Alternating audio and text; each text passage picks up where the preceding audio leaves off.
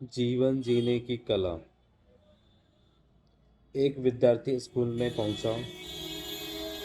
एक पैर में लाल जूता पहना था, एक में काला रंग का। शिक्षक ने कहा कि नालायक, एक काला और एक लाल जूता पहनकर क्यों आए हो। शिक्षक ने कहा कि जाओ और घर जाकर जूते बदल कर आओ। उस विद्यार्थी ने कहा कि सर, घर जाने की भी कोई फायदा नहीं। घर में भी एक लाल और एक काला ही पड़ा हुआ है।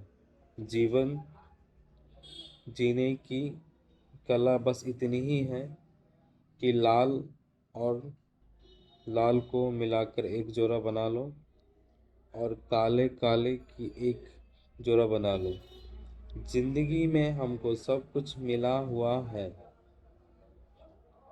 सिर्फ हमें पेयर बनानी नहीं आ रही।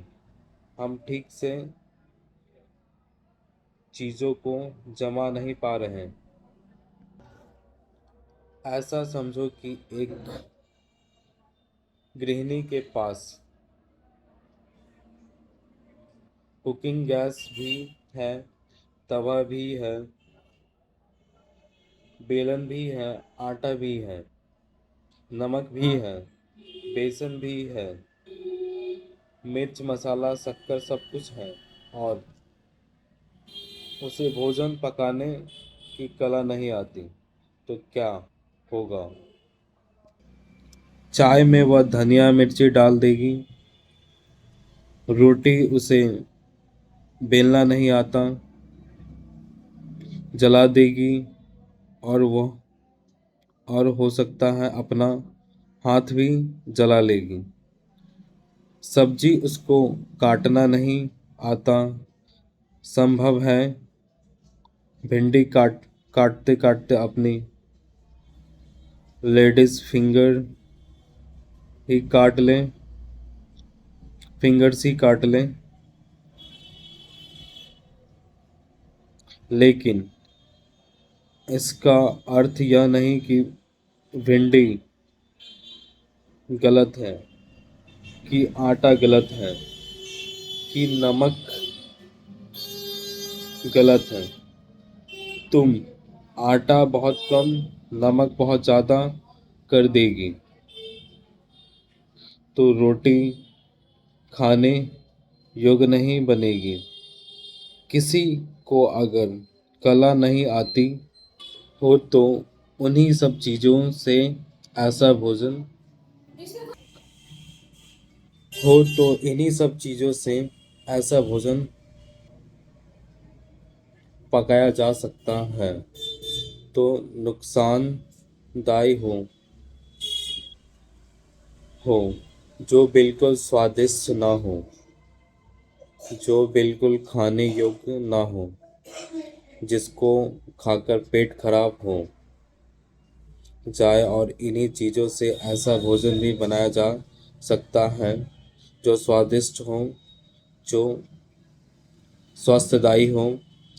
चीज़ें वही के वही हैं, बस ठीक अनुपात में उनको जमाना है।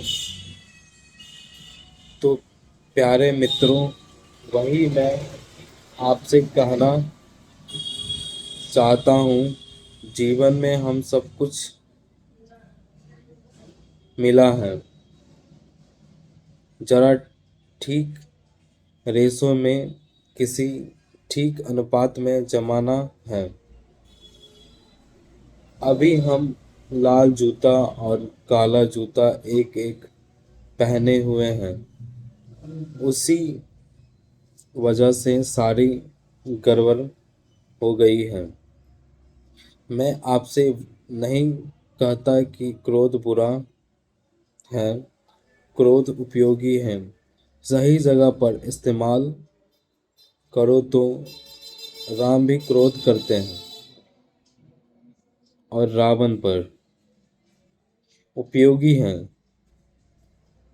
जिस जीसस क्राइस्ट, जिन्होंने प्रेम की इतनी शिक्षा दी, एक दिन जीसस भी कोरा लेकर पहुंच जाते हैं और के मंदिर में यहूदियों के मंदिरों में सूदखोरों का अड्डा था। वहाँ के जितने पुरोहित थे सब ब्याज का धंधा किया करते थे। गरीब लोगों को उधार देते थे और उसी वजह की ब्याज की दर इतनी ज़्यादा थी। गरीब लोगों को उधार देते थे और उन्हीं ब्याज की दर इतनी ज़्यादा थी। गांव के लोग मूलधन तो चुका ही नहीं सकते थे, ब्याज चुकाना भी मुश्किल था। पीढ़ी दर पीढ़ी उधारी चलती आ रही थी।